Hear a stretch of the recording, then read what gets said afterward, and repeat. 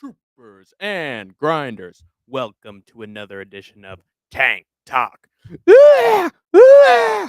where Hank the Tank will be discussing a range of different topics, most of them involving, however, UFC 317, which I gotta say, might be a contender for pay-per-view of the year. Tons of really fun finishes. Obvious so far, I think, fight of the year between Joshua Van and Brandon Royval. Two pretty impactful results in the co-main and main events of the pay-per-view with not title, I mean, technically a title change with Ilya Taporia knocking out Charles, but just big finishes for the champions and face-offs immediately afterwards, which is going to build a lot of intrigue and drama in the next couple months for the UFC's next big shows. And I'm hyped for both of them. I don't think we're going to see Ilya versus Paddy Pimblett right out the gate. Little birdies have been telling me that we're going to see Justin Gaethje versus um, Paddy. And if Paddy wins, we're probably going to get Paddy versus Ilya, and then Armin can, I guess, fuck off, which is fine by me. But hey, bro, how's it going, Lloyd the barber? Good to see you. I can't sleep, Lloyd. I would recommend trying to get some sleep. Don't sacrifice your sleeping time so that you can watch me. Like if you need to go to bed, you need to go to bed, Lloyd. I'm just telling you that as a friend. Please consider sleep your first priority. But if you can't sleep, I guess you can't sleep. Sup? How's it going, Sean Moody? Always lovely to see the leprechaun here in the Hank Tank Army chat. Chase Hooper versus Charles Oliveira. Yee! That'd be a crazy jump up for Chase Hooper. But you know what? It would actually be a pretty damn fun fight. So I don't know. The UFC can pull their chicanery and they can pull a rabbit out of their ass and make that fight. Maybe. I feel like it's going to be Holloway versus Oliveira or some other big name fight. I don't think they'd give that to Chase Hooper, especially after his last win. I think he went to a decision against somebody he should have subbed up pretty quickly, if I'm not mistaken. I have to look that up now because I'm obsessed. Just popping in, bro. I'm out. Take care. Thank you, Lloyd. Make sure to leave a like before you go. But yeah, dude, definitely catch some Z's. I put in Paddy Pimblett. I mean, they're sort of similar fighters. Chase Hooper. Chase Hoop to How am I forgetting what it's called? There's a loop-de-loop, and then there's I thought there was a name for hula hoop. Yeah, Chase Hula Hooper. Chase the dream. Chase the trailer park, ladies and gentlemen. Chase Good Noodle MMA. Good old Bryce Mitchell fighting at bantamweight, brother. Yee. Oh yeah, he's fighting somebody. Who is he fighting? God damn it! You guys keep making me. Oh yeah, he took Jim Miller to a unanimous decision, which is understandable. But yeah, I don't think they'd give him a big name after that. Um,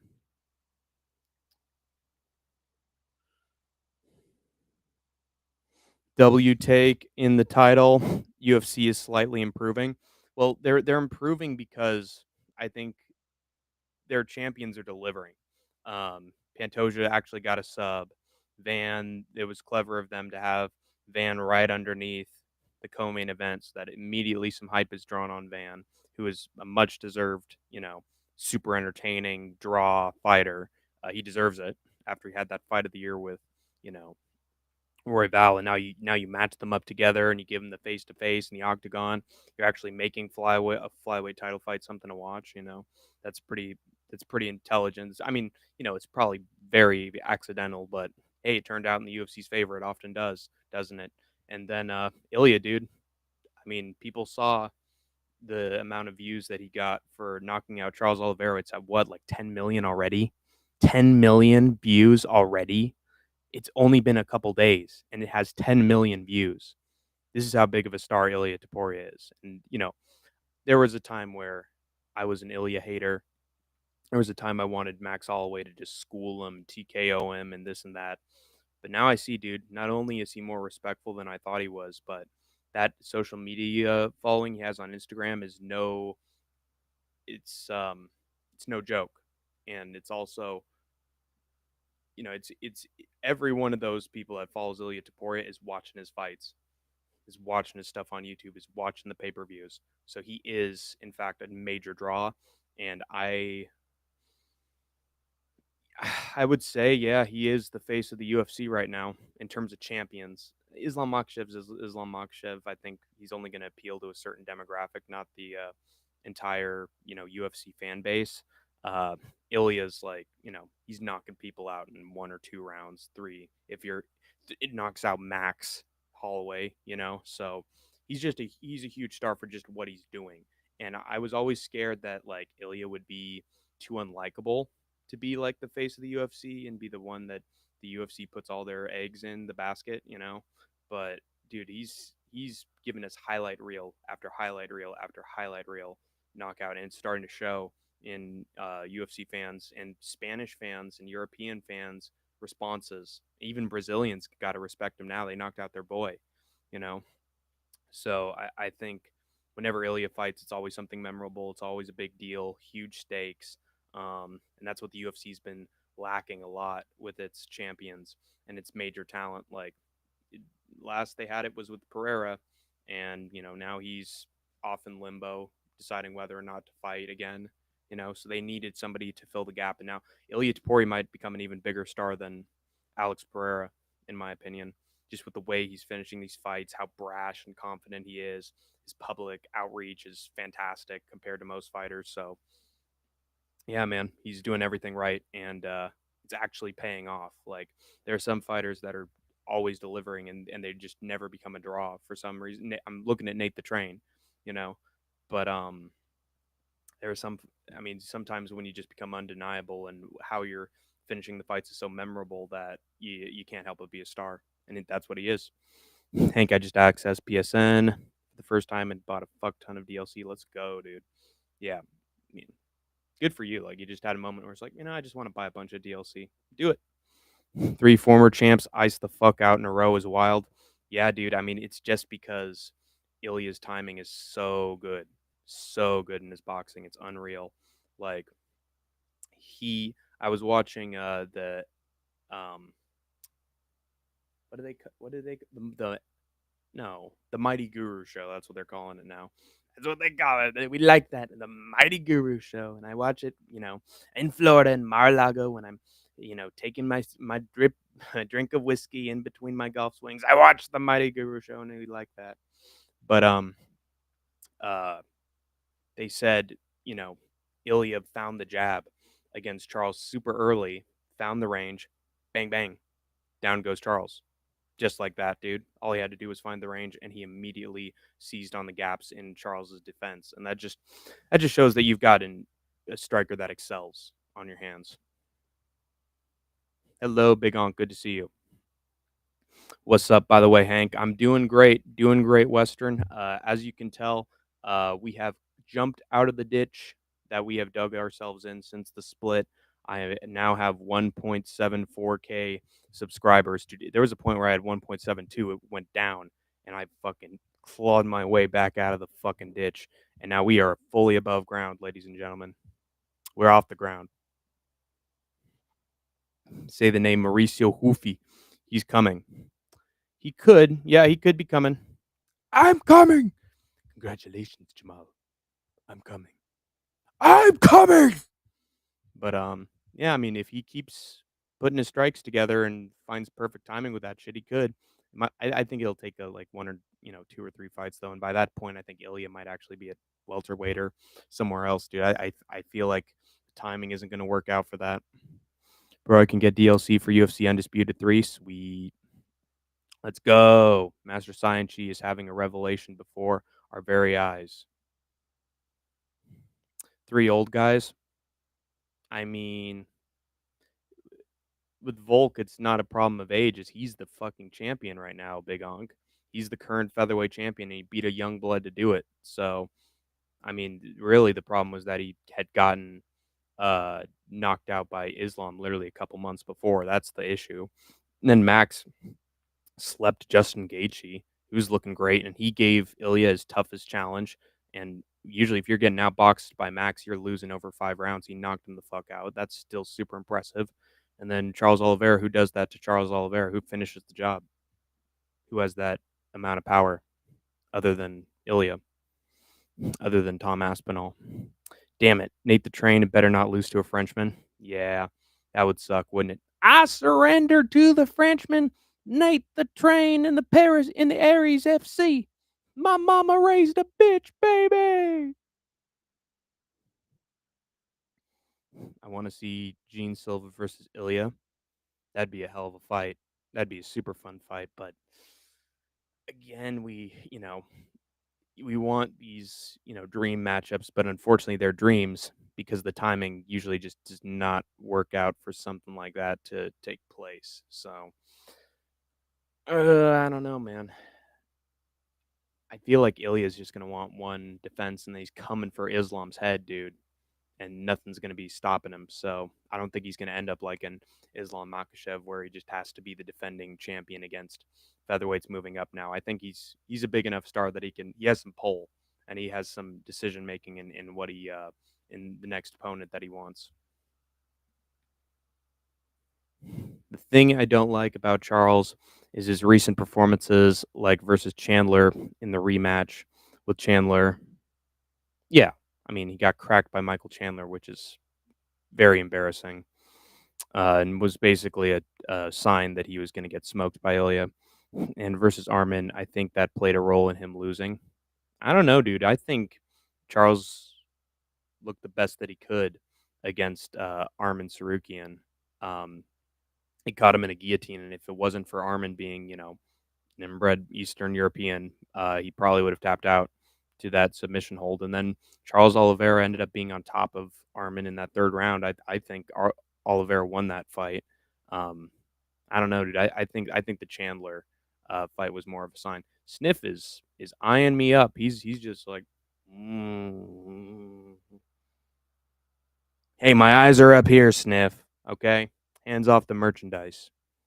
Eyes on the prize, brother. What is Sniff ogling me for? I mean, I can understand. I'm a very handsome man. I'm quite the specimen, but my value comes from my freaking the only person I've known who's been able to get anything with his mouth was Tito's ex-wife. That was a sick burn by me.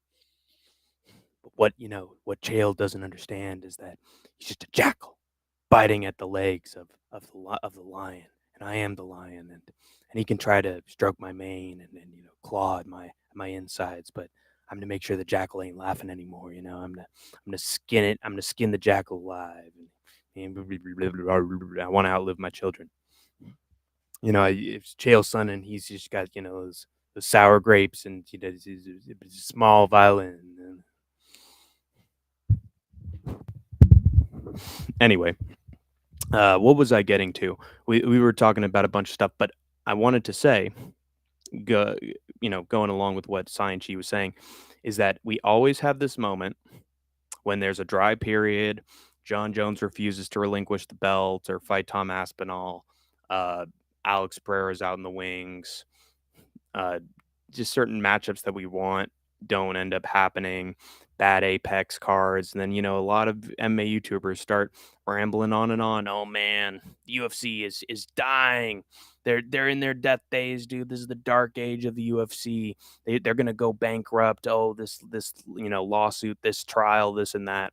And the next thing you know, UFC is a big show with a big name that they have left, and boom, all of a sudden, UFC. Oh my God, what if we get this fight? What if we get that fight? Oh my God, what's going to happen? And then all that criticism,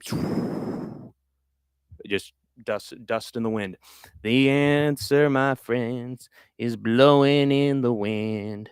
The criticism's blowing in the wind.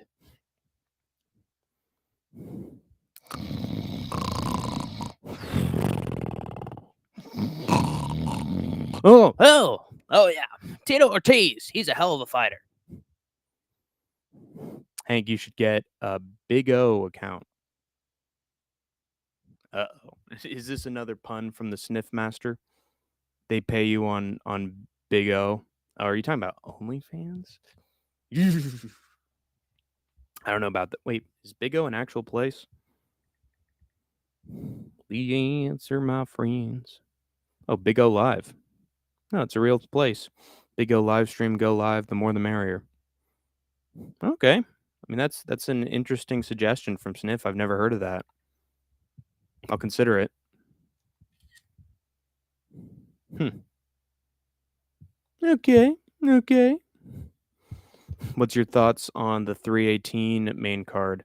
Um, I just have to do a. I mean, obviously, there's going to be Poirier versus Max. Uh, there are obviously some fighters on the main card that aren't big stars, and I think that's what the fan base has a big problem with right now. But the thing is, dude, I feel like Gauthier is going to have a star-making performance. I feel like he's going to knock Robert Valentin the fuck out. So while maybe that pay-per-view hasn't been marketed the best, again, the UFC gets so lucky. I, I feel like Gauthier is going to have an unbelievable performance. He's going to look like he did against Jose Medina, and I feel like a star is going to be born on pay-per-view. He's a better prospect than Bo Nickel, I can tell you that much. Michael Johnson versus El Huber. That I don't really get that much. Danny Gay versus Pitbull is a good fight. I love Costa versus Kopylov. Vittori versus Allen's great. I think I feel like they messed up the match order here is more of a problem. Dude, how is Kevin Holland versus D-Rod that low on the card, dude? Put that on the main card. Like, this is not coming from like a lack of name value or talent you have on the pay-per-view. Just shuffle it up so that the big names are on top. Like, that's the only problem. I think I mean, let me look at what else they've got.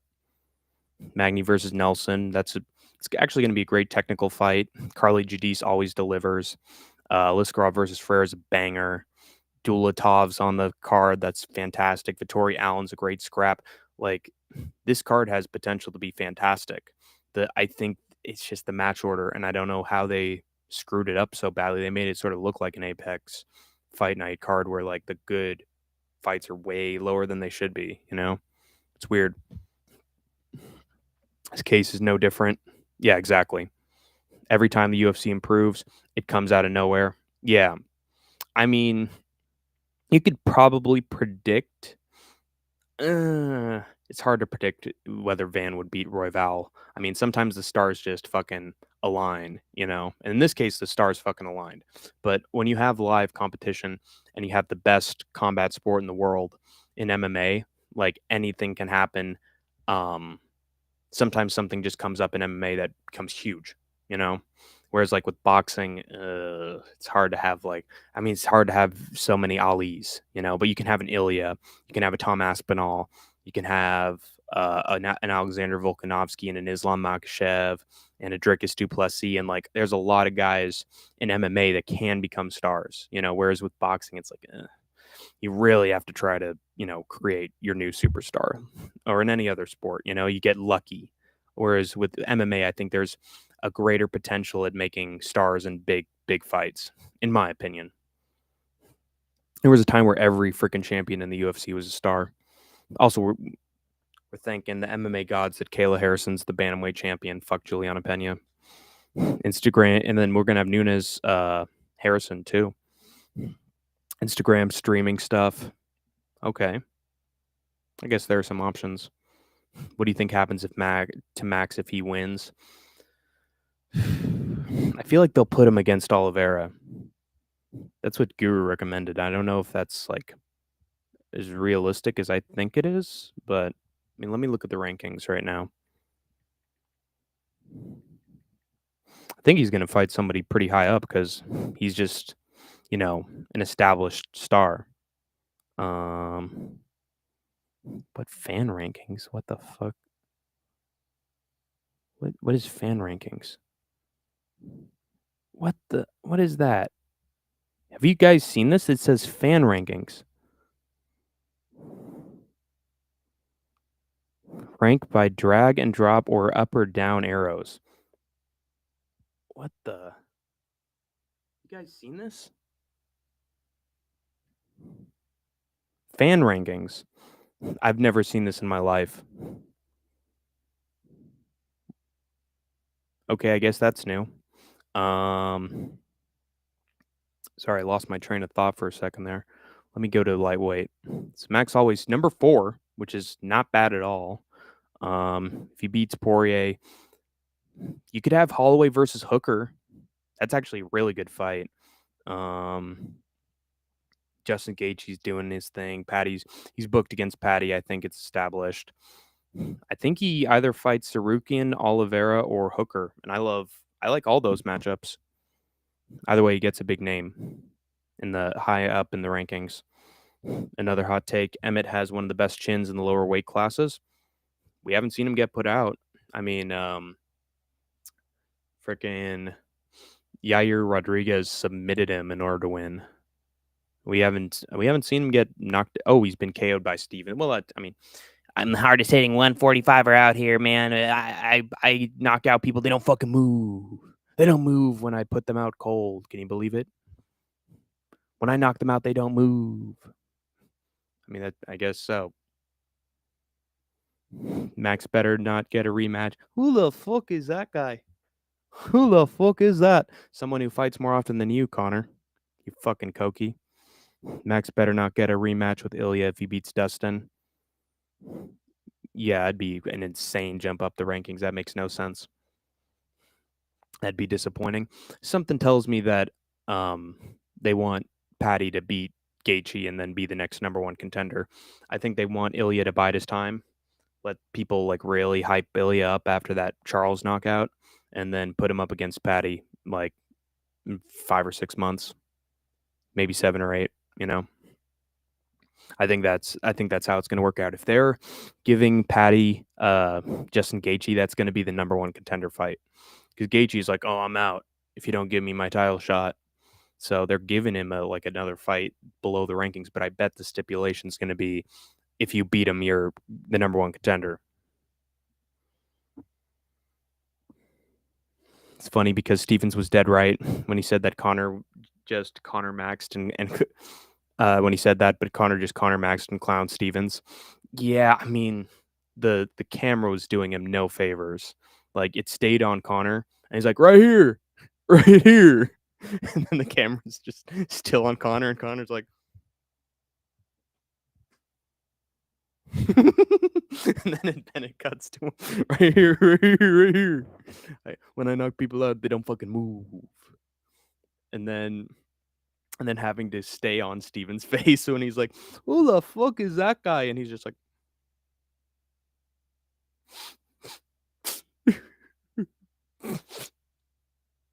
you know, it's just poor guy, dude. Like that's like the worst aura loss in MMA history, dude. The worst.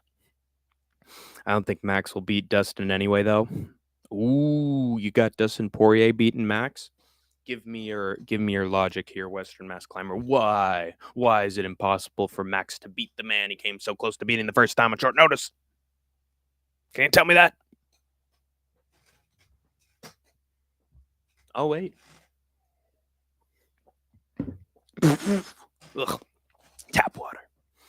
But yeah, I don't know, dude. I think Dustin was lighting up Islam a little bit, but Islam was smaller than Dustin.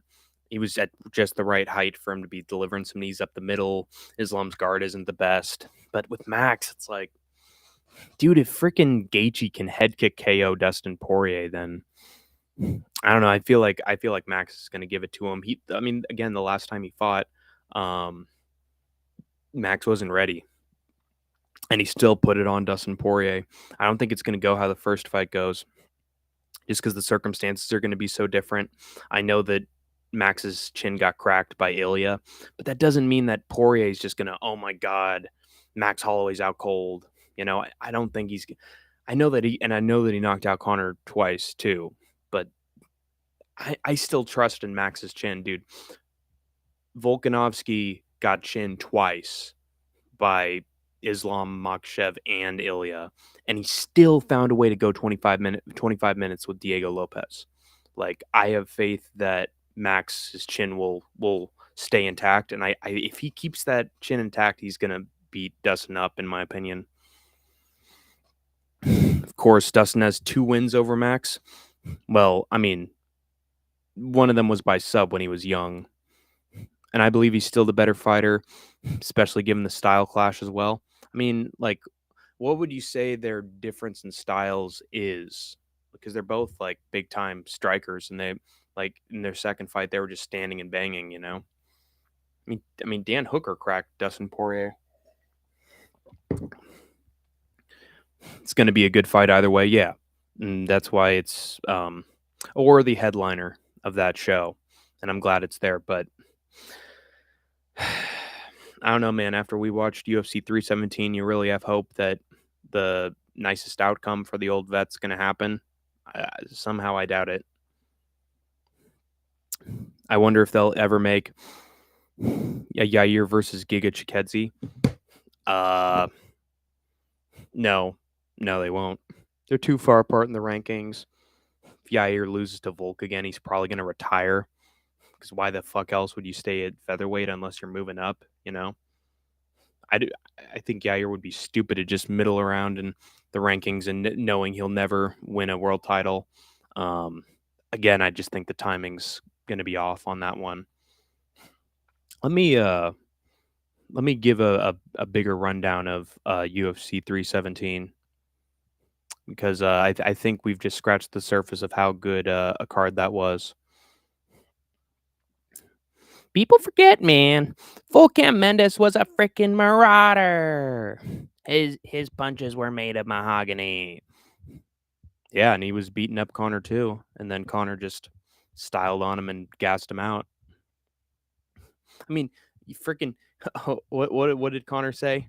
Work on your shots, Eddie. Crack him, yeah. Hit him with the combinations, Eddie, yeah. Stand your base, Eddie. And then Eddie Alvarez stood his base on Chad Mendez and bare knuckle, dude. He used to be good, but that's long, dude. After freaking Aldo need him in the head, like that undefeated aura was gone. I believe Dustin has better defense. Yeah, but fighters have found a way to get through the guard with Dustin before. If anyone has a chance of doing it, I think it's Max Holloway with the training camp. Like I can just see Max just hitting a spinning body kick that boom hits Poirier right in the mush. Mendez versus Holloway would have been the biggest cardio mogging ever, though. Oh my god, dude! I think it would be like Holloway versus Cater, except Holloway gets the finish in the fifth. It'd be that bad and more power. Yeah, but Max Holloway put out Gaethje, and he can. I mean, there were multiple times he stumbled Gaethje, and then against Ilya, he put the most offense and power against Ilya that anybody's done. Not even Charles or Volk could connect with as much power and impact as Max's striking was on Ilya. So I don't know, dude. I think it's going to be a close one. In my opinion, Mendez would have beaten Emmett, but we mustn't forget Mendez was surprisingly chinny. Dude, can you imagine Emmett like perfect, like Bryce Mitchell right hook on Mendez? Dude, he'd be shaking and then he'd be dead. Like he would not survive like Mitchell did, man. I gotta look up what Bryce's next fight is. By the way, I keep forgetting who he's up against. I think it's some killer that would absolutely destroy Bryce Mitchell. Pretty sure he's fighting Saeed, dude. Are you kidding me? Like, I know Saeed lost to Vinicius Oliveira. But Oliveira is really good. His striking's superb. But can't you see Saeed just getting a ninja choke on Bryce Mitchell really quickly? Like having that patented guillotine like just ready for Bryce Mitchell to come in and shoot a takedown. Like that is cruel and unusual matchmaking, but I guess Mitchell's what does he call it? Uh, God.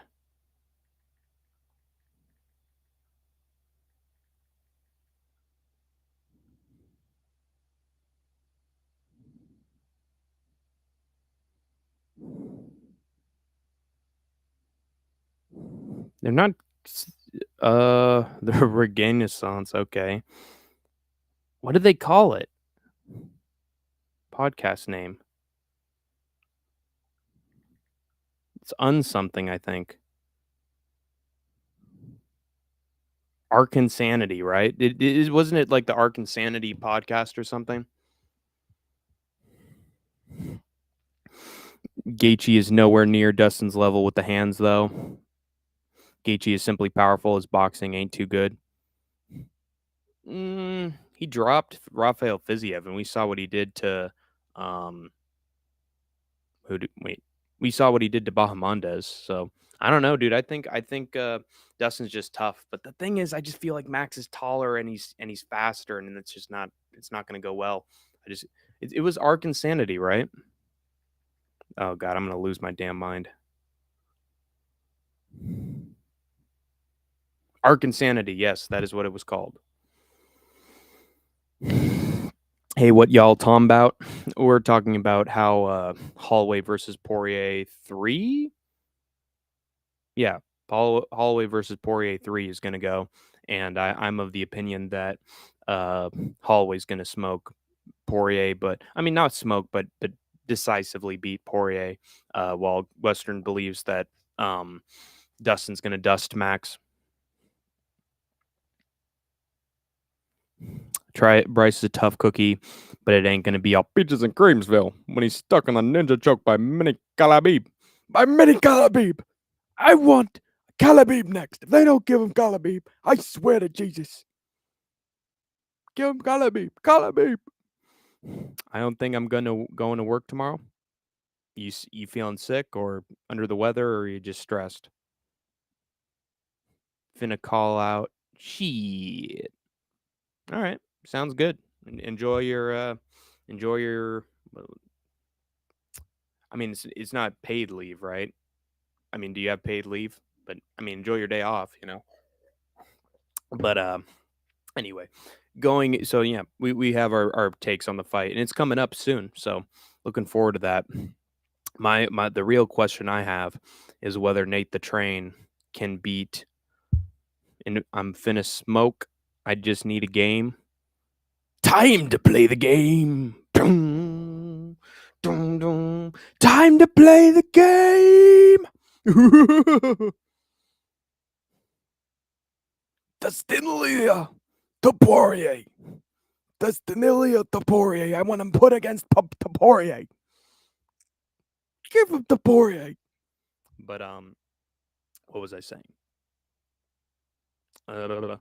I'm just hoping, or let's think about whether or not Nate the Train can beat Morgan Charrier. If he can take him down, if he can take Morgan Charrier down, I think there's a good chance that Nate the Train can win. I do. I think he could win 2 rounds. But dude, the striking is looking so sloppy from him, man. He couldn't land with anything against fucking the Korean Superboy Doo-Ho Choi when Cub Swanson could do it a million times, man. It's like the worst Nate the Train we've ever seen against Doo-Ho Choi, dude. He always gets struck. He always gets dropped. But the one thing that gives me hope is that Nathaniel Wood was able to outmuscle and dominate Morgan and do it over 3 rounds. And outstrike him too. So man, I just don't know. If Morgan Charrier just puts him out early, I'm going to be depressed for the rest of the month, you know? Hide your dolphins. There's a maniac on the loose, and he's here to free Willie. Willie! Jump, boy, jump! And I just be going in whenever they short on dancers. Respect. Respect. But, yeah, seeing my favorite fighter lose again, especially by finish, would just be the worst feeling in the world. But, God, am I going to get convinced that that's what's going to happen? I feel like Nate's time is up. His time is now. You can't see it. Morgan's time is now. I would love to see Dustin get a crack at Ilya. Win or lose, it'd be a great end to his career. I'm going to be depressed if Dustin goes out on a loss to Max. I would too. And Dustin did put out Benoit Saint-Denis. And then again, everybody's putting out Benoit Saint-Denis. So is that really a well-aged win? But he did make it close with, Islam too. Dustin should be prepping for his fight like it's his last, and maybe that'll help him. Maybe that'll put him over the finish line. But and by the way, he's not going to fight Ilya, unfortunately. I think Dustin's going to commit to this being his final fight. I just got a feeling, or we'll do something in like BKFC or something. I like the name Cub. I think it's cute. I'm gonna name my son that when he born. It's a great name, dude. Cub Swanson is a UFC Hall of Famer, and he might be one 2 times over, dude. He's a legend. So, not a bad name for your kid. Miss Jenkins. Old man Jenkins. Oh, LaShonda. Miss Jenkins says Matua. Miss Jenkins, do you name the kids? Wow. Hey, that's harsh. Okay, I mean, it'd probably be fun to have some pet names for him, but uh, that's messed up. I never had an abortion. Yeah, he's on a lot of stuff, Lashonda, but often it's a lot of incel gay shit. So anyway, yeah, dude, we only have PFL cards this weekend. Only PFL.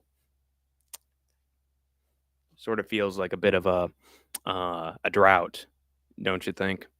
It's always sucks when we get. I mean, we're very lucky we got a really good UFC pay per view last week because that might sustain us through this no UFC all PFL period.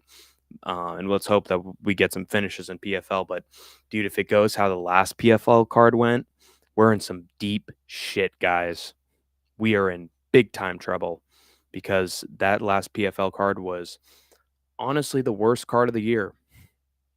I'm saying that seriously based on everything that I've watched, and I've watched regional cards. That was the worst card of the year. And it had big names on it, and it looked fun and interesting and investing. And every single fight either shit the bed. There were no knockouts. There were like 3 or 4 robberies. It was horrible. So let's pray that the other 2 PFL cards we have this weekend are nothing like those. Nothing like that. But they will. They might. What if Dustin wins? They give him the BMF belt though. I mean, he'll feel good. He got the belt. He got the win. Hey, yeah, I'm the champion, guys. I'm the champion. And then you leave. I mean, he might be like, hey, let's unify the belts, Ilya. But we know that he's not going to get it. I mean, Islam was like, yes, I take it. I take that fight, brother. Yes. But something tells me Ilya's not that kind of guy. He doesn't want the easy matchup or the fun fight, He wants whoever's the number one contender. So I don't think Dustin Poirier's in the mix, and I think he knows it. I think he knows he'd have to wait it out in order to get a title shot, and he'd never have a chance. He'd just keep getting older. It wouldn't work out. They still are kids. She said she's never had an abortion. PFL, whatever, I'll take it. Dude, I won't take it if it's a bad freaking card, man. I'll watch it, but I'm not gonna be like, oh yeah, it's PFL. Dude, the last card was so bad, dude. It was unfathomably bad to the point that me and Vinny were calling it the freaking professional fixed league. It was so bad. So I mean, we're lucky that actually we're not, dude. It's gonna be in the Middle East on Friday. The Middle East, dude. They're gonna rig so many of the fights. They're gonna rob so many fighters. The only hope we got is that PFL Europe calls it down the middle a little bit and we get some good finishes. But oh god, PFL has had honestly a rotten year this year. It's not been fun. I mean it had a good early start and then it's just been so. It's PFL on Saturday. It's on Friday and Saturday. They own the weekend this time around. Western Mass Climber. Let's yeah, that was horrible. If you guys want to, you can go check out my fight companion I did to that card. It's literally visual and audible torture. It's wonderful. It's wonderful. But by the way, I did I did a bunch of predictions for this week. So there's PFL Europe 2, PFL Mania 2. Yeah, that's God almighty, that's it. That's it for the weekend. Shit. But I did all my picks for those, and I will have a big predict live breakdown of, again, it's going to be mostly mental, but I will have a breakdown of both PFL cards. And so look forward to that, guys. I will be doing some predictions, rain or shine, UFC or no. So look forward to that. You telling me Ilya wouldn't find Dustin to grab the BMF belt? I mean, he knocked out Max Holloway, who was the BMF champion. So, I mean, he probably already considers himself the BMF. He beat the BMF. Dustin is still a great name for Ilya's legacy, man. Not at this stage. I don't think so. The last champion beat him. I don't know, dude. And I don't think Poirier's that interested either. Like, if he's calling it quits, he's calling it quits, dude. I don't think. I don't think Poirier's going to renege on that promise. So, where's Vinny the guinea fowl? I have not. I think. I think Guinea's either at work or he's got a girl over. Hank, dude, I got a girl over, and he's doing some dabs and seeing how many habaneros he can fit in his mouth. So he's very busy. He's got important business right now. Western Mass Climber. He's too distracted by vital stuff right now. So, but yeah, I let him know that I was streaming. So I mean, he'll probably be in the comment section, be like, "Dude, I missed it, Hank. Dude, I'm sorry, bro. I couldn't be here." But dude, Hank, you are like actually talented, and like you were like actually talking about stuff that none of these other freaking casuals are talking about. And dude, Hank, we should be like freaking the next Alex Jones, Hank. We should be the new Jesse on Fire, dude. I'm predicting that. That's going to be a more accurate prediction than the Ilya Taporia round 1 KO. But yeah, Vinny the guinea pig is not here. I'm sad. I'm sorry to say, guys. I wish he was. But let's stick to what I was trying to do earlier and look through more than just the main event and co-main event, because there was a lot of good stuff on this card. Uh,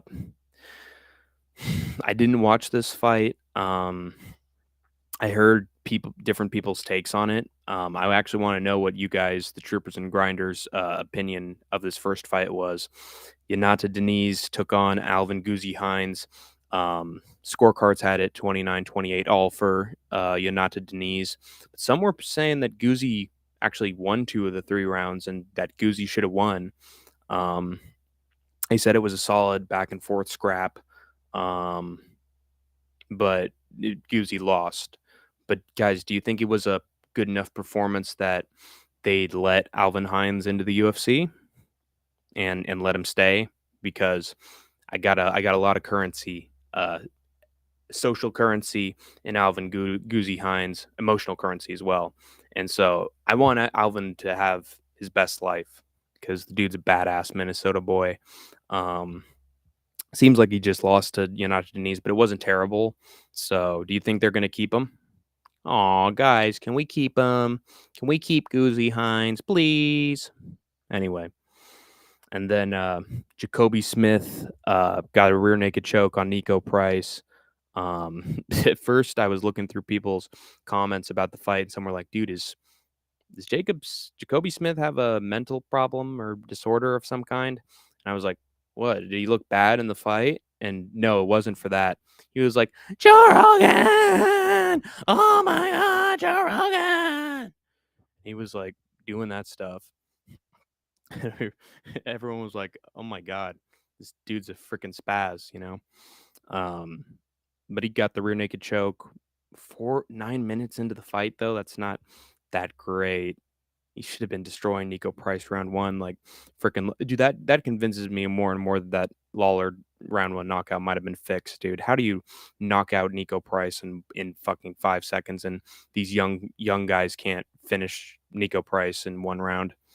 But Jacoby Smith apparently looked very impressive on the ground and got the submission, but then he was like, wailing at the top of his lungs, Joe Rogan, hey, so hell no, that dude left with 2 gnarly black eyes. Ouch. That's not great. It's not a great look. Ouch. I mean, maybe if it was a good fight, they'll keep him, but if he was beaten up, yeah, maybe that's not great. We'll see, dude. We'll see.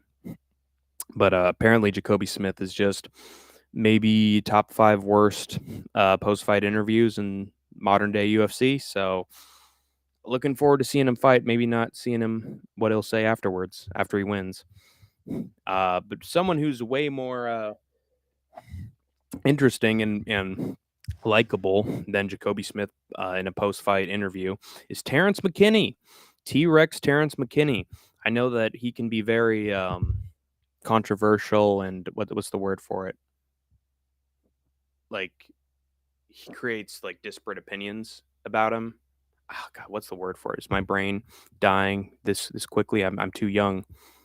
Um, I'm gonna look up a synonym. Very divisive, very divisive figure sometimes. In Terrence McKinney, like, you love seeing him fight, but on social media he can be a little bit of a crybaby. But he didn't have to cry about anything here. I mean, he still cried a little bit because he was like, "Hey guys, sorry I didn't get it done faster." There's the John Jones. Hey guys, oh, I should have gotten it done quicker. I'm such a great fighter. I'm the goat of taking drugs. But I hate you. I hate you. But Terrence McKinney got. I mean, I didn't see how the fight started, and apparently there was no video of it online. But McKinney like immediately scrambled and took Borshev down, which was smart because he had the clear grappling advantage. And then he got in a mounted guillotine choke, boom, stretching out the neck. Borshev fighting for his life. There was a point where he was actually looking like freaking Marat, and on on his little bicycle, I mean,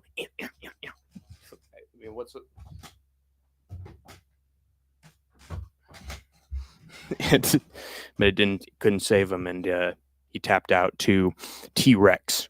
Na na na na na na na na na na na na. But yeah, the Jurassic Park boy got it done. Got a very quick guillotine. This might be a new age of Terrence McKinney we're dealing with here, guys. Like, someone who can actually like find the finish, not just through punches. Like, the dude, he submitted Perez Ziam, or who was it? Was it? Did he? Could it be? Yeah, he subbed Perez Ziam in round one. So Terrence McKinney is very good at submissions when he wants to be. Again, it's one round or bust for Terrence McKinney, and he got it done in round one again against, honestly, who I think is like one of his better opponents. So good for Terrence McKinney. I'm happy for him, and he's very entertaining to watch. So keep putting him on big pay-per-views because he almost all. Jesus, my brain. He either delivers completely or the other guy delivers and knocks him the fuck out. So, very good performance from Terrence. And Tracy Cortez took on Vivian Arajo. What did I hear about this fight? I think this was one of the more unmemorable ones. I think I heard from people that Cortez just dominated Vivian Arajo and like took her down and just laid there on top and beat her up a little bit, sort of pulled a Thug Rose. Let me take a look. Oh, fucking Nina drama. Oh yeah. She also stood up against freaking ICE and Stephen Miller's immigration policy, which is based as fuck from Tracy Cortez. Dude, she only gets more and more likable by the day, man. As long as she keeps those freaking eyelashes glued, super glued to her face, you know. No, and all these other ones are just uh just sexy pictures of Tracy Cortez. They won't even tell me how the fight went. Lots of ass pictures. Missed the Tracy Cortez fight.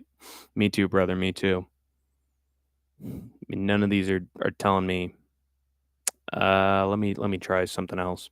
I want something else. Semi-charmed kind of life, baby, baby.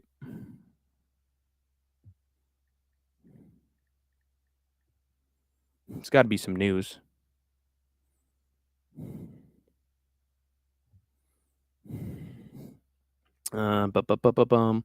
Cortez swept the scorecards against Rajo to get back the win column. 2-1 betting favorite. Not too happy. I was trying to finish it within the first round. My coaches were telling me to be patient and let it go when I had that guillotine choke. Okay, so she was wrestling her. Wanted submission. I wanted to finish, but unfortunately I didn't get it. Okay, I guess she used a lot of wrestling and she just did whatever. Dude. It's women's MMA. I can't delve too deep into this. Slava Claw's 8-6 record. He looked like a man about to walk to the electric chair, standing in the cage before the fight. Yikes. I never want to see him again. I mean, let's think about this. Is he on a 2-fight losing streak? I mean, ideally, he has to have one more loss before he leaves the UFC. But that would, I mean, it's Terrence McKinney. You're going to get destroyed by Terrence McKinney. Let me check this. Yeah, he's on a 2-fight losing streak. Only a split decision win against James Lollipop, dude. Yeah, I mean, you got to give him one more. He's entertaining to watch at the very least, so I wouldn't get rid of him. But yeah, he's definitely not. I don't think he's UFC level anymore. And then Hyder Mill. I mean, Hyder Mill got absolutely destroyed in 26 seconds by a knee up the middle from Jose Delgado. One of my few L's on this card. I was on a complete winning streak, by the way. 1, 2, 3, 4, 5. 1, 2, 3, 4 fights correct before this. And then Delgado just threw the knee up the middle as Hyder Mill was.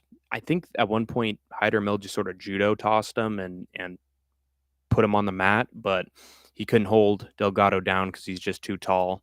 And then they were just on the feet, and Delgado just hit a knee, and down went Emil. Like, this is one of those fights where it's hard to assess like what the actual talent level of the two guys is, because anyone can land just a big, punch or a blow and get a finish in less than a minute. People are like, "Wow, what a knockout!" But what if you do that in less than a minute, and then you just have a 15-minute fight where you look bad, and then you get outstruck over 3 rounds? Like we can't get a lot from the fight. Hyder Emil, I think he's still pretty underrated.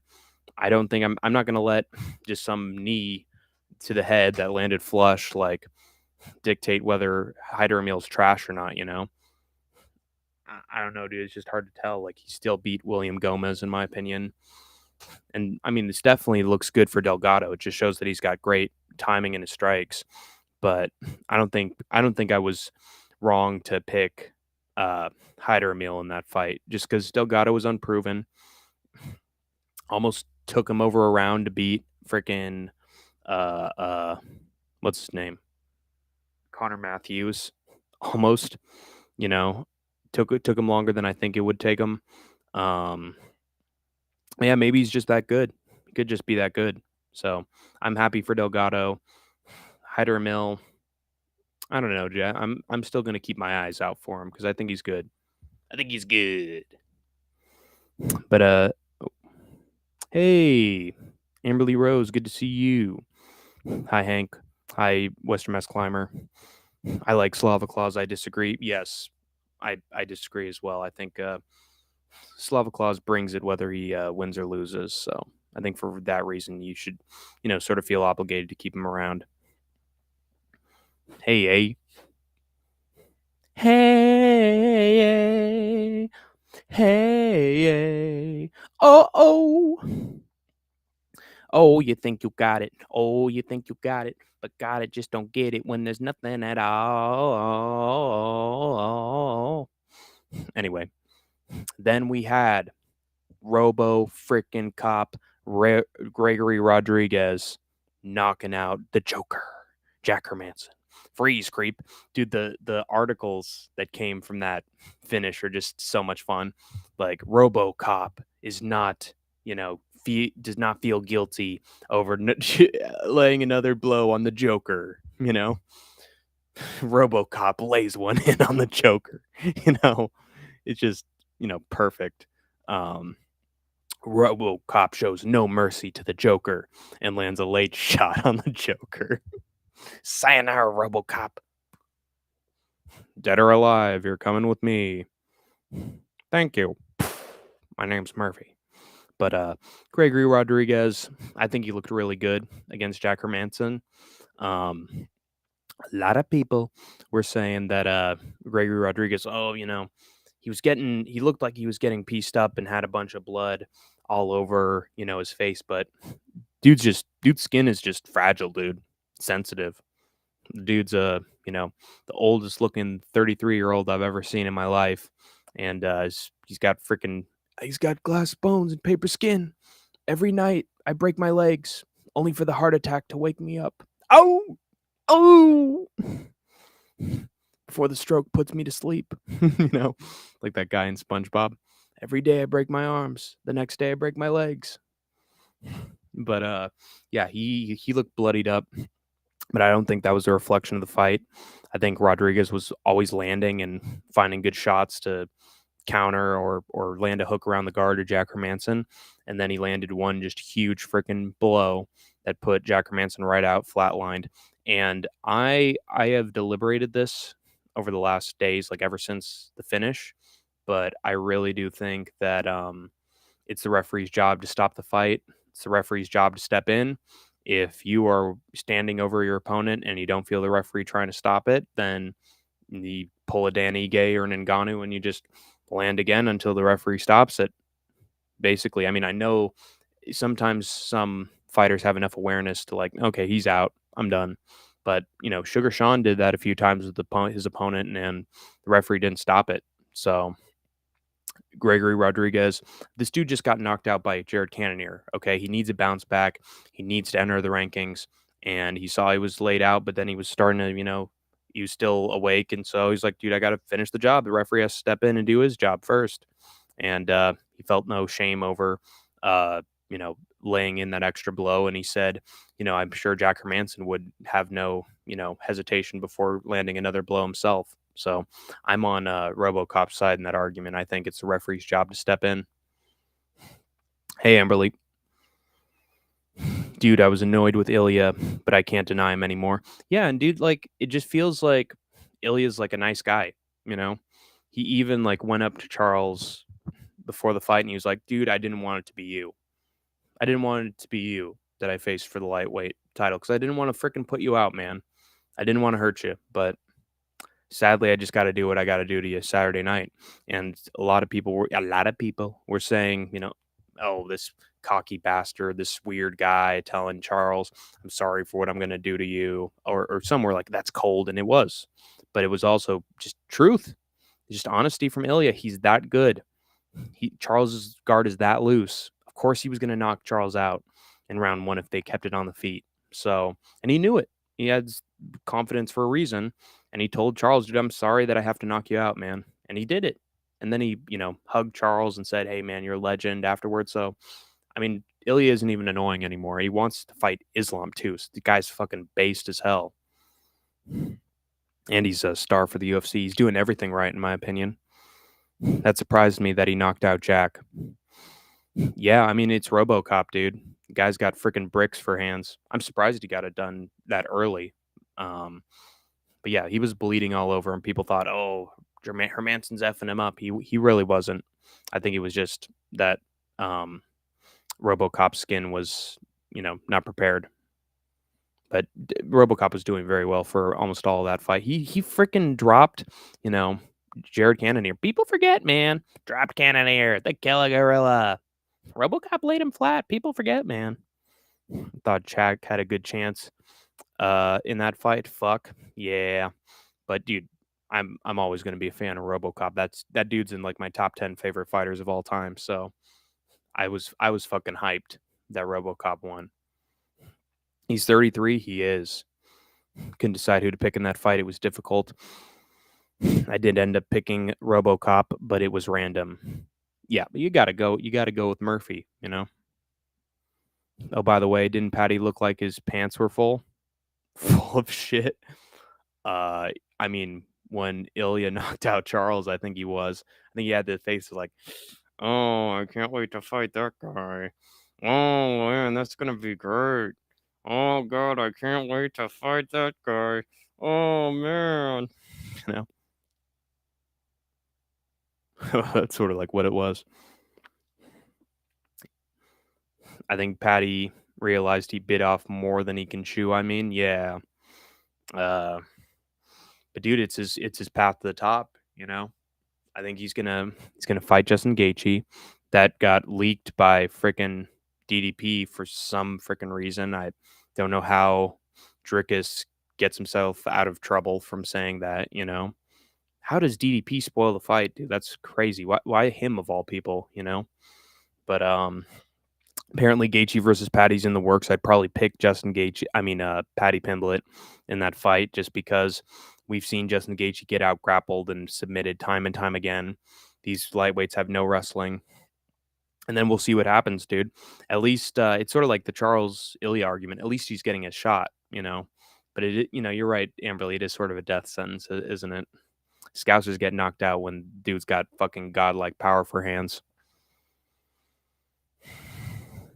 Bro looks 43. Yeah, he looks 10 years older. But when you've had, your guts turned into Swiss cheese by a bunch of thugs and just get shot over and over and over again, they got to give you a robot suit and reattach your flesh. That's what happens, man. You look a lot older than you were. Dead or alive, you're coming with me. Patty's fighting Justin. Yeah, DDP freaking spoiled it that it's in the works. I don't know how the hell that happened, but oh, okay. Is that real, Amberly? I mean, that's what I'm telling you guys. I saw an announcement recently that Dricus Duplessis spoiled that Patty versus Gaethje is happening. I mean, I'll look it up.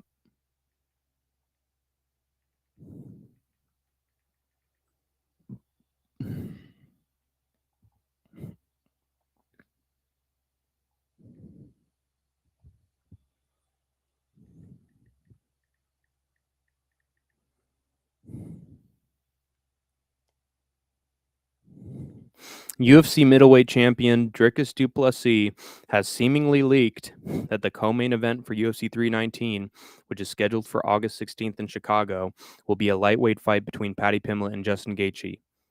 This announcement was made during a video appearance on Ahmed Amwell's YouTube channel. DDP is also set to defend his title. But yeah, apparently in a interview with Ahmed Amwell, Dricus just fucking let it slip. UFC fighter accidentally leaks massive potential UFC 319 co-main event. I guess so. Featuring in a video by Ahmed Amwell on June 30th, Stillnox appears to name drop Paddy Pimblett versus Justin Gaethje as the co-main event to his UFC 319 fight. It's going to be a big card, Duplessis casually remarked. The co-main event is Paddy Pimblett and Justin Gaethje.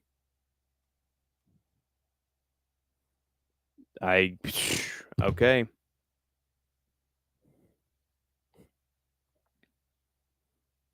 Paddy finishes Ilya. I hope so, dude. I hope so. I think that'd be an unbelievable moment. That'd be like that would legit be history. We'd be talking for decades about that if that happened. So I hope it happens. Justin versus Patty, yeah. Hi, Matua. Matua Matata. What a wonderful phrase. Oh, I don't know. I don't fucking know. My dryer broke. So I'm about to go to a 24-hour laundromat. Yeehaw! Now make sure that you get the blood stains off of the mattress, okay? I don't want a drop of blood. I don't want any red on it, okay? I will fucking go out. Just pulls a freaking Amberly Bateman, you know? What? These are not my sheets. Just wash up. Just wash up. I swear if Justin is taking that fight, it's for a massive bag. Yeah. And also probably the guarantee that he'd be a number one contender if he won.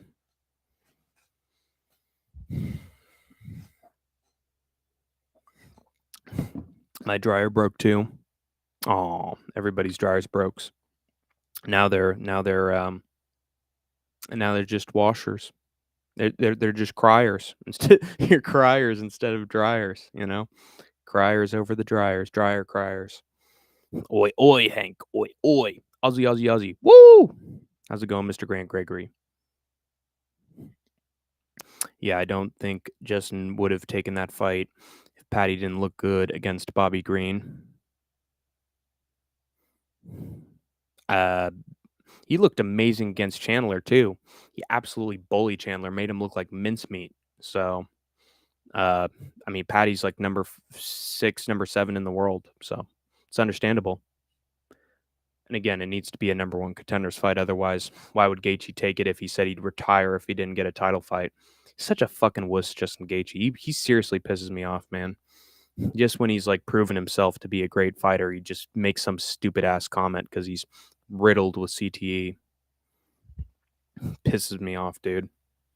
I hope that Patty fucking sleeps him. Anyway, so yeah, that matchup is gonna get made apparently. Let's get back to the UFC card. Means no worries for the rest of your days. It's a conspiracy. The dryer industry is out to make us dirty. I mean, the washer, gets rid of the dirt, and the dryer, makes sure that it's not wet. I think the dryer industry wants us to be wet. That it's not entirely a bad thing. We need to keep our population thriving. So trying to get us hooked, trying to get us a little bit more excited. And then Peyton Talbot had a huge ass upset on Felipe Lima. People forget, man. Peyton Talbot looked great against Nick Aguirre and just completely outscrambled him and showed great counter wrestling.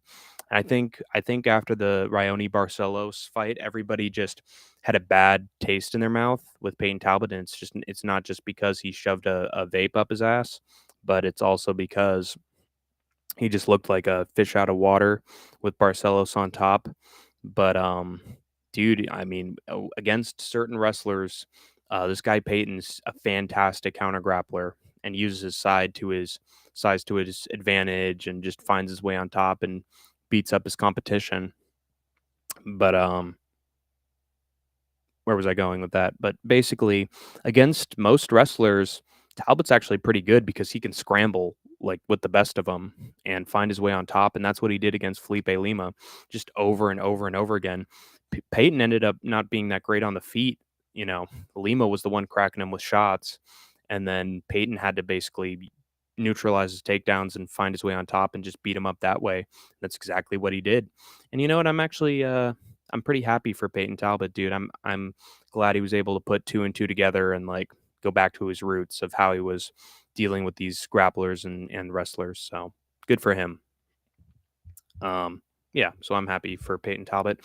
Hopefully he does get Adrian Yanez because I think that'd be a freaking banger matchup. Just 2 strikers going at it. So I think that'd be fun. What did he say again? Oh God, who? Oh, it's Patrick Bateman. He said he'd kill the dry cleaning lady if he didn't get all the blood out of his sheets. What did he say? The dryer also gets the lint off. Yeah, I guess you could get dirty that way. Once again, I just can't take interest in Talbot. Who can beat him and get rid of him? A lot of people, I think. Marab gets rid of him, but and let me think about it. He Western wants the gay man gone. How do we do it? Um, Probably Montel Jackson knocks him out with one punch. I could see that happening. I could see Montel Jackson just bing bing down you go. Even Vinny Oliveira could probably give him troubles. Or give him Mario Bautista. Pretty simple. Anyway, moving on. And then I have a major update and announcement for you guys. A little bit of good news regarding Hank the Tank's MMA talent. MMA prediction talent. But let me look at this quick. After that, what was it? We had another huge upset. It was Benny Dariush, Benil Dariush, who gave Money Moicano the lose, my brother. He could afford to lose, my brother. And I called it perfect, guys. I literally called it perfect that Benil Dariush was going to counter wrestle with everything Moicano had. He'd have more effective striking and more of a pop in his shots. I know he got dropped by Moicano at one point, but Benil has better wrestling. Benil has better scrambles in wrestling than Moicano, and he just put it on full display. And he dominated Moicano for most of the fight, in my opinion. He would have won that first round if Moicano didn't drop him. It could have been 30-27 Benil Dariush. And Moicano looked honestly sort of hesitant, looked sort of gun shy. And that's a shame because he was able to knock down Benny, but just couldn't keep up the momentum and found himself on bottom, dude. Benil Dariush, old man strength, dude. Old man strength is Benil Dariush. I couldn't be happier for him because that dude got slept by Oliveira and by Armin. So he needed a bounce back fight win. I know he faked a retirement, but I just can't help but feel happy for him, you know? So tough for Money Moicano. Really tough, to be honest. But the guy is always in it. He's always in his fights, so I'm not going to feel too bad for Moicano. He can land back on his feet. He's getting a little up there in the age, though. It's not great. Hank the Tank. Hank the Tank. What's going on, Hank?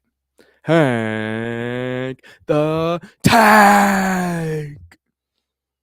We are live. The main event of the evening. I was asking what Justin said. Oh, Justin said if he doesn't get a title shot, he'll quit. He'll retire. Wee, wee. I'm Justin Gaethje, and my Dana White privilege is starting to run dry, and I can't get a title shot after one win.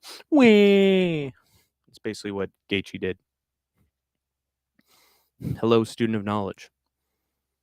Sup, Amberly. I was sad for Moicano, happy for Benil. Yeah, both guys are cool, Would have sort of preferred a Moicano win, but it's all right. I picked Dariush, so that's good for me. Moicano and Dariush are the same age. I'm going to kill that old man, Benil Dariush, my brother. He's looking like Obama after his second term, my brother.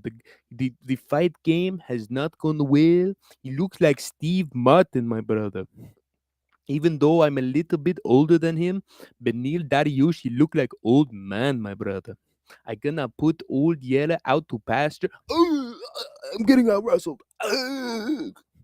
Benil Dariush is still just had a kid, just like my father. 50-year-old man having children, my brother.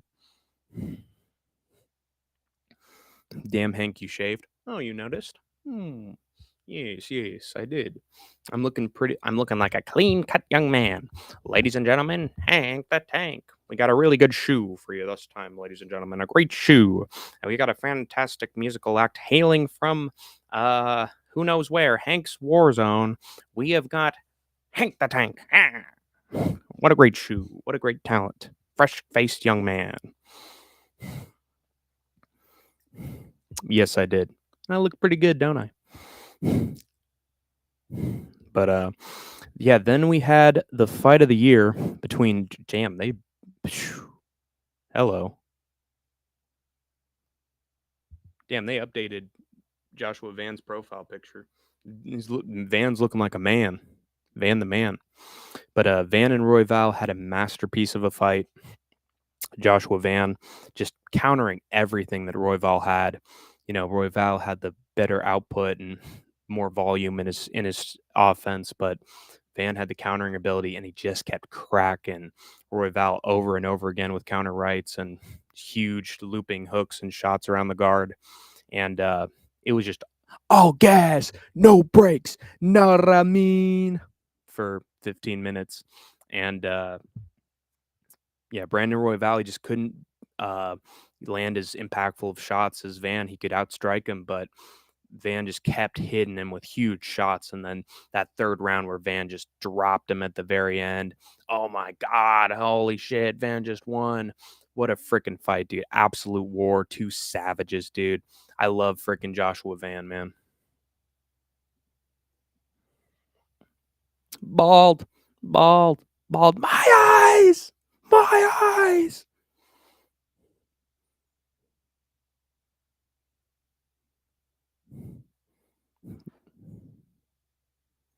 Yeah, it was funny that Moicano called Benny old and then realized they are the same age. He said he had to beat Benny because he was basically calling himself old. It's funny.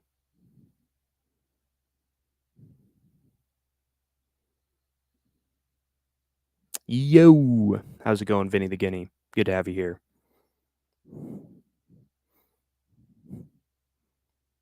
It was funny that Moicano called Benny old, then realized they're the same age. He said he had to beat Benny because he was basically calling himself old. He cannot afford to age, my brother.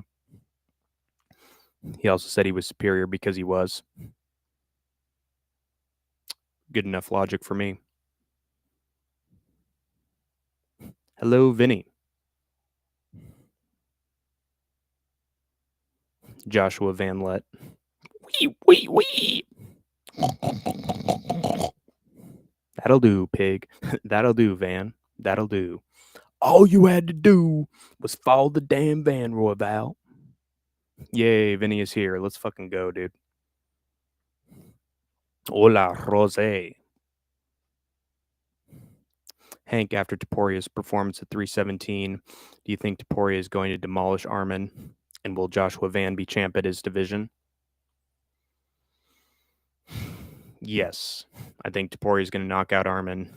I mean, we saw that Topuria can just counter grapple his opponents and then just keep it on the feet. And we're never going to forget that Joaquim Silva cracked Armin with the right hand and put him down. Topuria is going to do that easy.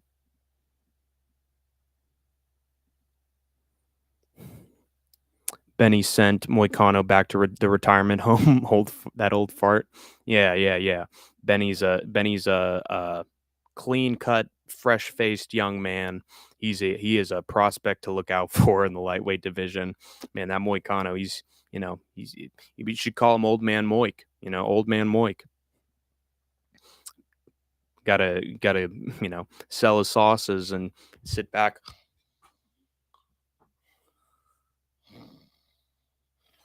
Like he's like he's old Volkanovski. Old crafty bet, big meaty hooks. Yeah. No diddy. Hey man, no diddy. That fight was awesome. Yeah, it's fight of the year. All gas, no brakes is Brendan Schaub's car YouTube channel name. It's not as good as Jacob Fatu's little catchphrase. All gas, no brakes. Know what I mean? Fatu. Hello, Joe Hogan, because he was bald, bald, bald. My eyes. Yo, let me come on stream. IRA Danny Green. Drop a link for Vinny. Yeah, I'm good. I'm good. And I got a feeling. So, yeah, that's what I'm going to do. There we go. I am your shadow, Amberly. You are the man on the walls. I see. Maybe I'm yours. Auga. Hey, get a room, you two. God damn it.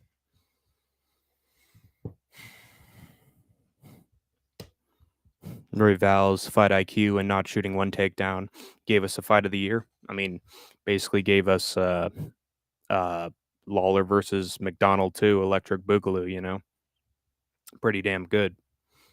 And then let me get to the very end. So, you know, Van's the number one contender, fantastic fight, and Van is just too good on the feet. But Pantoja got the round 3 sub on Kai Car France, made it look so easy, dude. Car France had zero success on the feet or in any aspect of the fight. Pantoja just looked like, you know, vintage Pantoja, just up in your grill, punch, punch, leg kick, punch, punch, leg kick. Oh, I got you against the fence, drag you down, and rinse and repeat. And it just worked because Kai Car France is garbage and he's got a stupid. I love, you know, people talking about an edit of him just in the choke.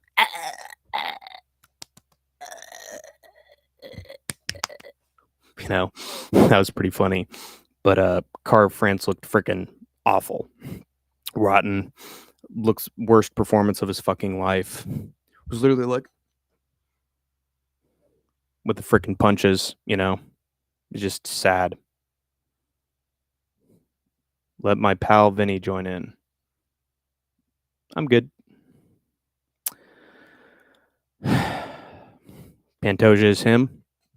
Yeah, Pantoja is him. And that leaves me a little bit worried for Joshua Van. Just a tiny bit worried for Van, man. The Van versus the Pan. Dang, I left for 1 minute and Danny Green is gone. Yeah, something tells me that it's not Danny Green. Something tells me that it's someone else if they're immediately saying to drop a link. So, yeah. Yeah, Kai looked the worst I've ever seen of him.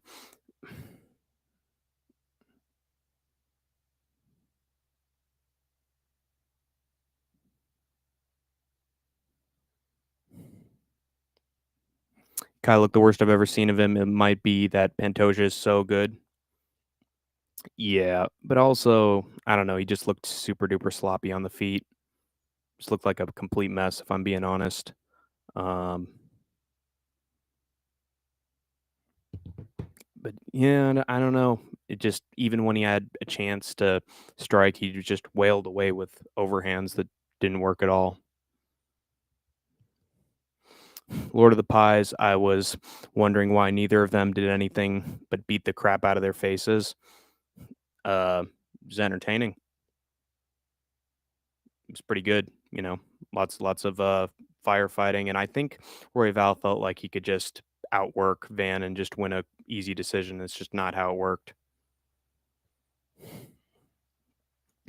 Van should say it's going to be a Red Pantoja night. Oh my god, that'd be great. Red Pantoja night, baby. Who the fuck is that guy? I'm gonna run him over, yeah. It's over for him.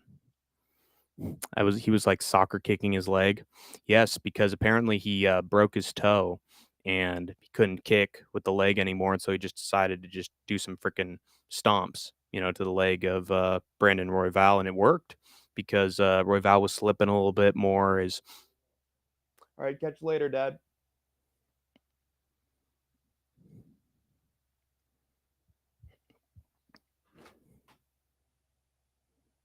I am not. I am not. It was entertaining, but not smart. Yeah. Um, it wasn't good. Uh, should have tried to sub him at some point, go for some sort of guillotine, submission hold, knee up the middle, but we just saw none of that from Royval, and he paid for it at the end. But he was on the way to winning that fight, and then Van just hit him with perfect big overhand and just sat him down. Yeah, I agree. I ain't playing tonight because I know how his shit works. So I'm done with it, and I made a promise. So broke his toe. That sucks. Yeah, he made up for it though. Hank, would you ever let Lashonda join the stream if it was her? But I mean, I don't know, dude. These days, I'm not quick to provide any links. Give him a solid see you later. Get up and hug your dad. I mean, I do. It's just sometimes he just heads out. I mean, Pantoja's kicks were like weird soccer kicks. It was like disrespectful leg kicks towards Kaikar France. Yeah, it was just quick. Fuck you, and then just got him down easy. You because he's already halfway out the door when he says I'm heading out for a walk. So I don't really get a chance. I do hug him when when gets home, and when I haven't seen him in a while, and I give him a hug for sure. Like kicking a dog who was attacking him. Yeah. Well, he's a champ for a reason. He's got 4 title defenses, man. He should be treating his opponents that way. Matua with the wholesome dad advice. Yeah. It's more impressive Islam knocking down Charles, getting in his guard and subbing him, or Taporia killing Oliveira round 1. I think it's more impressive that Ilya knocked out Charles just because he has godlike power, dude, and nobody does that to Charles. I mean, Islam has solid striking and submissions. We know that, but I think he let Charles stay in the fight too long. Ilya just got him out of there. Hit Royval with the fantastic overhand. Yeah, really good stuff. Royval wasn't looking very royal after that. Van freaking knocked the crown off his head as the king of the flyweight gatekeepers. Pantoja's so good, and he looks like he's put on a lot of muscle. Yeah, I mean, he just keeps getting better with age, dude. You love to see it. I think Taporia is more impressive. The sub is more impressive. Charles was MVP pound for pound number 2 when Islam finished Charles. Ilya beat a nobody. I mean, Charles isn't a nobody. He's the same fighter he always is.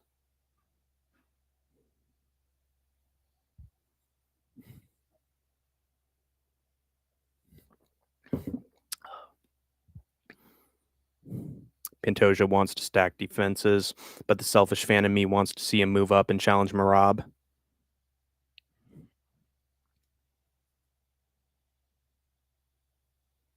Yeah, yeah. So that, I mean, he's just sort of killed the division. He's just keeping them down at this point, so it needs a little bit of a switch up. Amberly, you stank girl. Who are you, weirdo? Probably one of No Chill's alts, most likely. But yeah, really, really dominant stuff from Pantoja. And I don't know, dude. After that kind of performance, I worry for Joshua Van. But I do know that Pantoja, once it gets past round 2, he starts to wilt a little bit, and then Van is just gonna piece him up. Basically, I think he's gonna put on a Royval kind of performance or an Urseg performance where he just stuffs all of Pantoja's shit, and then he's just beating up that fucking leather face of Pantoja's. I really do. Brother, if you keep making fun of her, I might time you out that comes. So you better be a little careful, brother. Whoever you are. Nah, both Islam and Taporia did to Charles what nobody had did to him before. Javier Mendez said Jack Del Lena is harder for Islam. Post 317 in an interview. His explanation was amazing on why he thinks that. Yeah, but you can only deal with so much power. Okay, fuck you. Off you go. Catch you later. No Chill is nice to me. Yeah. Define like how he's nice to people. Stacking defenses is the move. Leave the division in ashes. Great. And what'll happen after that? That division will be dead as disco. Jesus Christ. He's 35 though, so I wonder how long he can keep doing it. Yeah, at some point, some young gun's going to take him out, dude. I think it's going to be Van, man. I think he's going to beat him up over 3 rounds. I mean, over 5 rounds. I really do. This might be it for Pantoja. He looks good, but he can only take so much volume for so long. What if these troll accounts were Andy Buchesny? Yeah, no chance. I don't think Andy knows what half of that vocabulary even means. So Andy would never. And then we had the big time main event between Taporia and Oliveira, and Islam Ilya did exactly what he needed to do. And in fact, guys, he did out wrestle Oliveira. He ended up right on top of him in crucifix position on Charles Oliveira, got out of the leg lock easy, and then found the perfect timing right around the guard, dude. Did it in 1 round too. To be honest, No Chill's always been cool with me. Well, I've seen a lot of instances of him not being cool with several other people. So yeah, I'm not going to be quick to I'm not going to sugarcoat anything. Just got to be real with you. And I've told you already how he acts towards certain people. Ilya got pieced up by Charles when he was ranked pound for pound. Islam never got touched by Charles when he was ranked pound for pound number 2. With so much aura saying he was chosen by God and shit. Yeah, I mean, you follow Islam, so therefore he's incredible. I think he's overrated. I have a feeling Van's takedown defense is elite. It is. He has like a 90% takedown defense rate.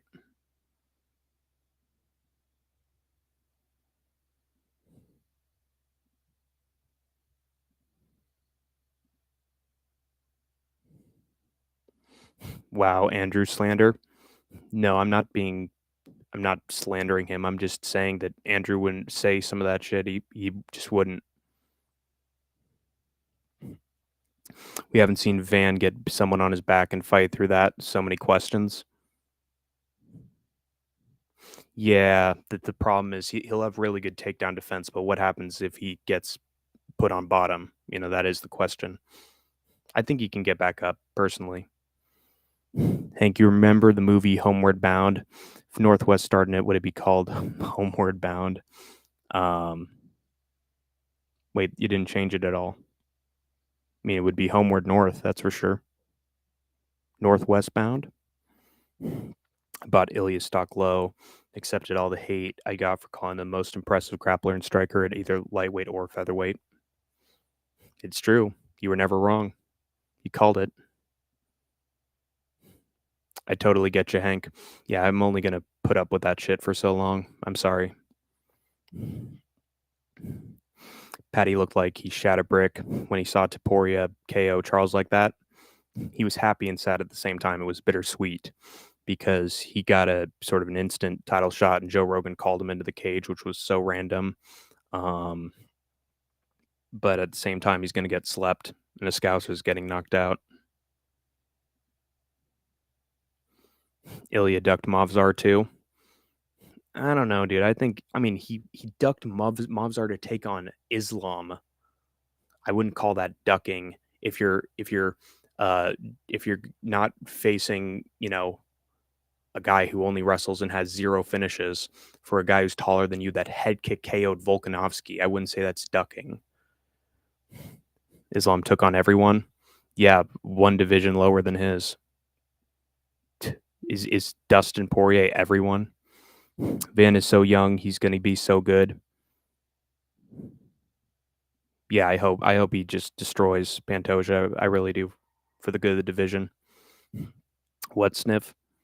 I said the same thing. Ilya put them all on notice for sure. Yeah, I mean, I don't think anybody beats him at this point. Have a good walk, Dad. I think Dana wasn't happy about Patty getting in the cage. No, no, he wasn't. In fact, he said, what did he say? He said that they weren't supposed to stare down and it was just a random moment and he just did not. I mean, does Dana control who walks into the cage and has the stare downs? I don't think so. I just think it went against Dana's booking plans and that's why he said it wasn't supposed to happen. But yeah, so Ilya Taporia looks super impressive. Proves that honestly he should be like number 3 or number 2 on the pound for pound rankings. And it's going to be, whatever fight he has next is going to be a fun one. It's going to draw his eyes to the sport. So the UFC is back once again, and everybody who always says UFC dying is almost always wrong. Saying Taporia or Islam ducked is such a stupid take. Islam talked about moving to welterweight, and Taporia always had the multiple champ goal. Good point. That's from someone who likes Islam too. Both the religion and the fighter. But I want to mention one last thing before I go.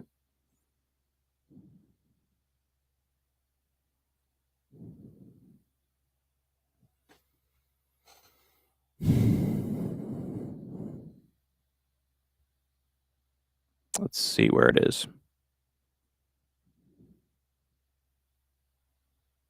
Check this out. Boom. Is there any way I can make that bigger? Yes. I was in the most correct picks on the UFC prediction tracker for the week. I got 9-11. It was an inside job.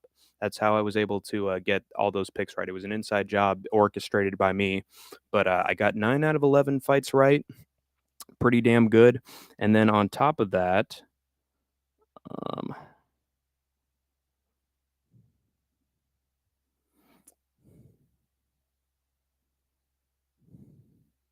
I also got the most methods of victory correct for every single fight. I got 6 out of 11, and I was featured on the first edition of UFC Predictions Tracker's method of victory, most picks correct. So did very well for this card. I'm glad I started a working relationship with the guy who hosts that channel, and it's paying off, man. It's paying off.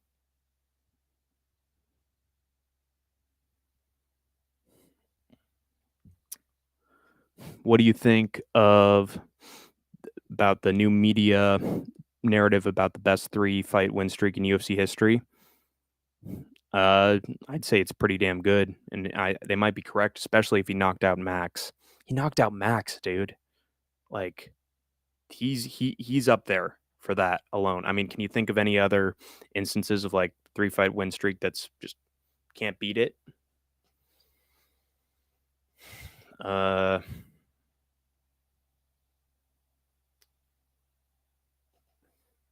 trying to think.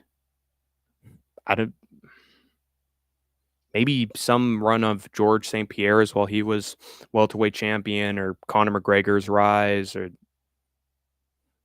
Stipe Miocic maybe, or Junior Dos Santos. Like, I don't know, man. I don't know if it's correct or not. Taporia versus Jack Della Maddalena would be fun. That would be fun. That'd just be the best boxers just going at it. Ilya and JDM would be the most fun. It would. I just want to see those two trade body shots for 25 minutes. The only cats that can give Ilya hell would be the 170-pound fighters. Yeah. because they just head kick him. Protez and Ilya, beauties. Buckley versus Ilya. I mean, we can fantasize about those matchups. They're not very likely to happen. According to the fighters, JDM walks around at 175. Ilya walks around at 192. He's a big boy. Outward, not upward. Brady versus Ilya. Ugh, I'm not interested in that. Does Pantoja look like he has ants in his pants mid-fight, or am I crazy? Yeah, he looks like Candace Flynn uh, after Jeremy's sister kicks croquet, hits a bunch of squirrels in his pants. He's an SIMP simp. Squirrels in his pants. Step right over and bring it down. Step right over and watch me do it. S to the I to the M to the P. Damn, a lot of people got 9/11. Yeah, because we never forget 9/11. We never forget Charles Volk and Dustin. And that's impressive too, but Dustin's been subbed before, and Khabib did it faster. I'd say Khabib, Connor, uh, Connor, Dustin Gaethje. Volk was on short notice too. Also, that wouldn't be a 3-fight streak since he fought Volk twice. So that's not a 3-fight run. Knocking out Max is Taporia's best feat. Not even Volk was able to. Yeah, exactly. I haven't seen Protez lately. Yeah, he's licking his wounds from that Ian Gary fight. I thought Connor's 3-fight streak against Mendez, Aldo and Alvarez compared to it, but then I remembered he fought Nate. Oh yeah. See, again, they forget the fight in between. Whitaker, Usman, and Burns. Hamzat best 3-fight streak. That is pretty good. Burns is, that hasn't aged very well. Technically, you could say Ilya is larger than JDM. I mean, height wise, he's a thick, yeah, but he's not taller than him. So he'd get hurt. He would. The height difference would affect him. Bilal beat Burns, Brady, and Champ Leon 3-fight streak. That's pretty good too. All Muslims. Interesting. Honestly, I'm always blown away by these dudes' weights. They have like zero fat on their bodies. Yeah, I mean, it's all just eating healthy, guys. You can do it too. Just go to the gym and eat your nutrients, and you can be just like them. Trust. What's good, bro? Bahamondes lost to Fiziev. Yeah, I think that's gonna do it, guys. But I wanted to just mention that I got all those picks right. So the hard work and the grind is paying off, and I did it for you guys, dude. For you, fucking guys. And I will continue to do so. Great pay-per-view. The UFC is back once again. Never trust a Tracy video saying the UFC is dead, or don't trust a fucking Hopero MMA or a MMA Che video that's like, oh, the UFC's done for, man. Oh, it'll never be the same again. Because they're just liars. UFC will just rebound right back. But or the Luke Thomases, they're like, oh, it's so dead, dude. They're always wrong. They always just bounce right back. Rakic Pereira and comically KOing Walker was great too. That's true. Wait, when was that?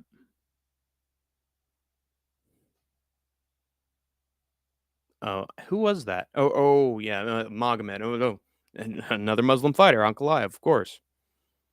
That is actually a pretty good run, though. I mean, there are some that are better. JDM is longer, but Ilya has more mass and density. It doesn't matter. That's still a height difference. I told a friend to join Tapology's kind of casual. He went 9 out of 11. He had Nico Price winning by, oh, Jesus Christ. Told him to change that and he didn't listen. His other miss was Moicano. Yeah. Let's fucking go. Poor Hamundes. I mean, when Fiziev's fighting you, you do look rather slow. Cheers, man. Congrats on your channel. Thank you, Lord of the Pies. I appreciate it. That's a cool ass profile picture, by the way. Poria memes about him looking like he got a BBL is fucking jokes. BBL Gary. Sit in the fucking corner, bitch. Good to see you, Hank. Good to see you too, Amberly. Onk. Big Onk, and we like that. Big Onk, that's what we call him. Big Onk, and he's got big hands, bigger than mine. Can you believe that? But yeah, I think I'm gonna wrap it up, guys. Thank you guys all for watching. Appreciate you guys tuning in. I have been Hank the Tank. You have been the Troopers and Grinders, and you guys are fucking you guys, dude. Have gotten the most out of this. What's the word for it? You guys are the lucky ones because you have escaped the war zone for now.